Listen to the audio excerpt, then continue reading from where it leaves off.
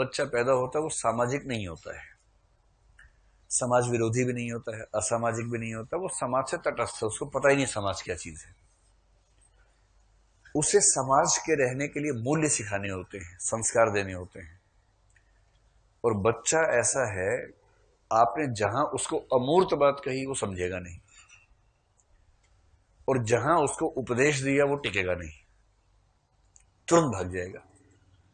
आप बोलेंगे चलो बेटा खड़े होके 100 बार बोलो कि हमेशा सच बोलूंगा, वो 20-30 में बोल देगा पापा 100 हो गए। और बोलना क्या था, हमेशा सच बोलूंगा, इसी पे झूठ बोल रहा है। क्योंकि उपदेश झेलना बच्चों की प्रकृति का हिस्सा नहीं है। अब उसे कैसे आप अच्छे मूल्य, अच्छे संस्कार दें? तो बच्चों में जो जो उन्हें बच्चा बनाता है वो चीज जिज्ञासा, उन्हें जिज्ञासा बहुत ज्यादा है। और जब कोई चीज कहानी के रूप में आती है उनका बड़ा मन लगता है उस चीज में। इससे जैसी माँ बाप या दादा दादी बोलेंगे कि बेटा एक राजा था, बच्चा खींचा चला आता है कि कितनी रानियां थी ये तो बताओ आगे। और उसके बाद फिर बाप समझा रहा है, अरे राजा जी ऐसे थे, उनकी टांगें बरगद के पेड़ जितनी लंबी थी। अब बच्चा सोचे बाप रे कितना लंबा था, तो पापा हाथ कितने? उसका हाथ इतने लंबे हाथ थे कि यहां से मारे तो सड़क तक चले जाते थे हाथ। अब बच्चे को बड़ा मजा आ रहा है, अच्छा अच्छा। और सिर तो ऐसा था, सिर तो वैसा था। और जब वो राजा जी चल रहे थे, धप एक पैर पड़ा, गड्ढा हो गया। दूसरा धप, वहां कुआं बन गया। बच्चे को इतना मजा आ रहा है ऐसी कहानी सुनने में, उसको इस बात से मतलब नहीं कि गधा बना रहे हैं मुझे, लेकिन उसको बड़ा मजा आ रहा है। क्योंकि दुनिया भर के बच्चे एक जैसे हैं, उनको मजा आता है। इससे डोरेमोन इतना हिट है,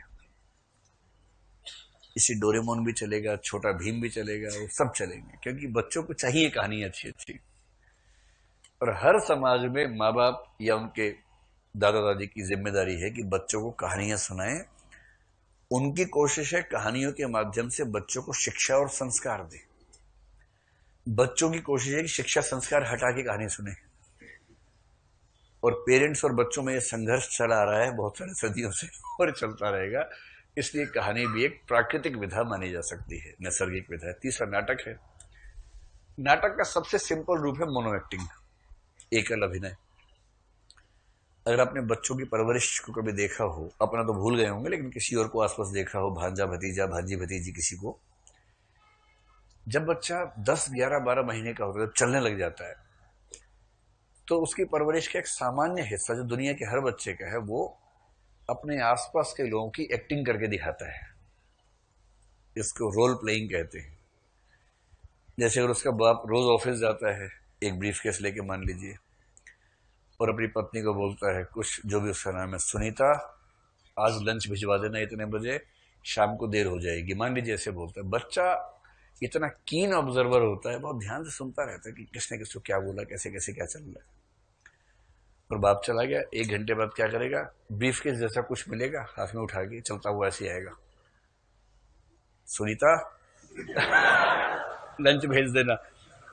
और माँ को रहा है टिंगू कैसे बात कर रहा है, एक झापड़ मार उड़ता हो जाएगा, लंच भेज देना। तो ऐसे बोलता, फिर माँ की एक्टिंग करेगा, दादा की एक्टिंग करेगा। ये उसकी परवरिश का सामान्य हिस्सा है। वो बड़ों जैसा होना चाहता है। बड़ों, और स्पेशली घर में जिसकी ताकत सबसे ज्यादा है, जिसका महत्व सबसे ज्यादा है, उसकी एक्टिंग सबसे ज्यादा, क्योंकि उसको अपील करता है कि मेरी भी ऐसी महत्ता घर के अंदर हो।